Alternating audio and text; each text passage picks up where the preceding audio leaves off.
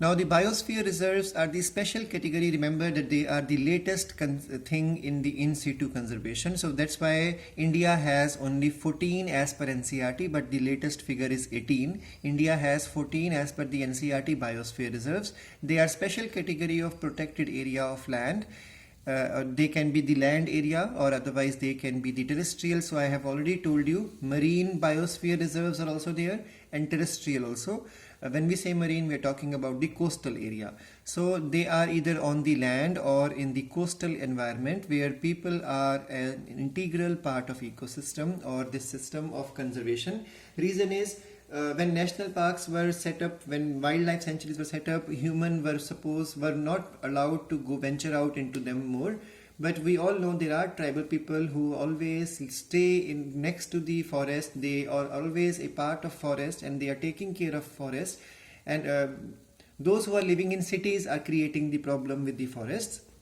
So that's why IUCN came up with a brilliant idea of letting the tribal people continue their activities in the biosphere reserve so that they remain as a part of the ecosystem there. So in the case of the biosphere reserve, even human is considered as a part of the ecosystem.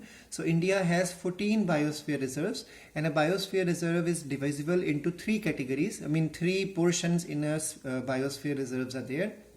The central portion is called as the core zone, where no human activity is allowed, so that the animals are given their complete privacy and seclusion to live, because there are some animals, they never wish to come in contact with the human or outsiders.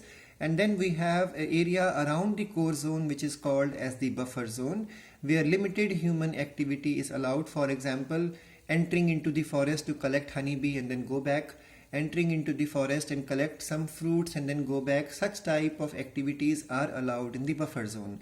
And then we have the outermost zone of the biosphere reserve, which is called as the manipulation zone, where a lot of human activity or tribal people communities activities are allowed. Even setting up houses or huts or their living places, even the agriculture, all those things are allowed. So they can live in these area.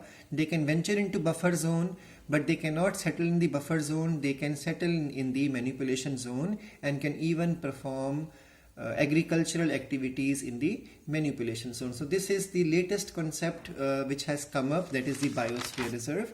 Now there are 4 biosphere reserves which are World Heritage Sites also in India, and those are Nanda Devi Biosphere Reserve, Sundarbans in the Nanda Devi in the Uttarakhand, Sundarbans in the West Bengal and Bangladesh together. Nilgiris Biosphere Reserve is in the South India, and then Gulf of Munnar. So these are the 4 biosphere reserves which are World Heritage Sites, and they are present in India. This is the comparison between the national parks, sanctuaries and biosphere reserves. Let's quickly go through it. There are 90 national parks. These points are from NCERT. 90 national parks, 448 sanctuaries and 14 biosphere reserves in India. If national parks comparison comes, please write all these points. This will help you in the board exam to fetch good marks.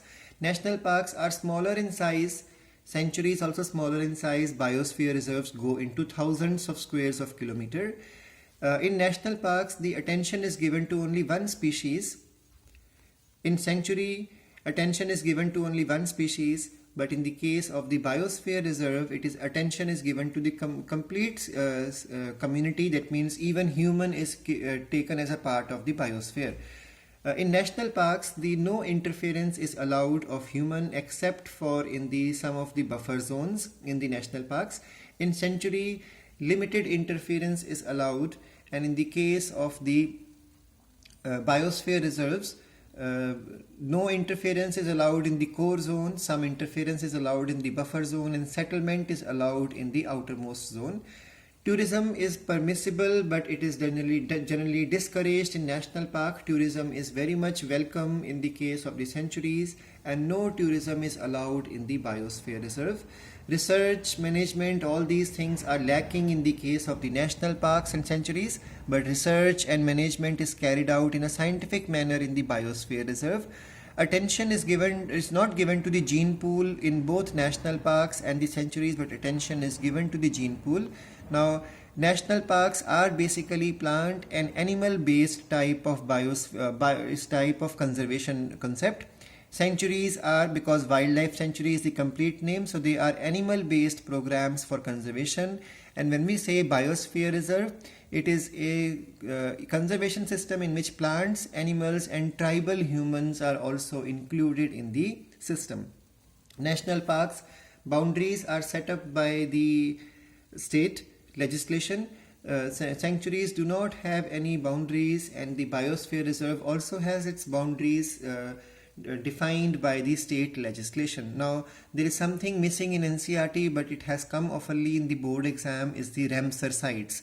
So those who do not have the extra books to study at home, please write down this thing somewhere, because if it comes in exam, this will be a handy information to you.